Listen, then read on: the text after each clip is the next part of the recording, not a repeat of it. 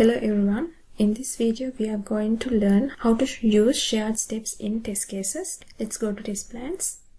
We have two test cases in our test plan. If I open the first test case, you can see we have go to Google search page as first step and type tree on the search bar as the second step. Let's close this and open the second test case. Here you can see go to google.com as the first step and type tree on search bar as the second step. So both test cases have common steps. Instead of writing duplicate test steps, we can use shared test steps in our test cases. Let's see how to do that. I'll open one of the test cases and click shift and select first and second of the test case. Click on create shared steps. It will ask for a name for the shared step. I'll name it as open and search.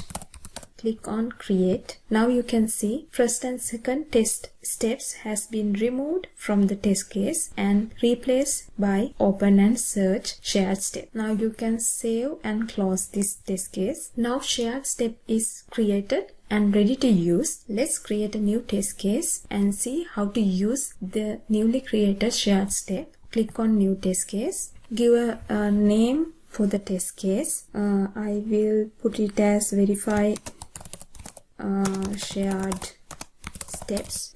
Now we can add the shared steps. Click on the insert shared steps icon. It will open a query. It will list down all the available shared steps. Let's click on the run query. Right now we have two shared steps. This is the shared step I created recently. Let's click on that and click the insert shared step button.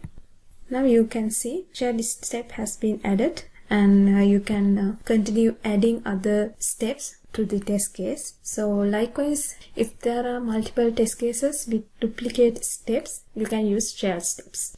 I hope you have learned something new. Join with me in next few videos to learn more about test plans and test cases.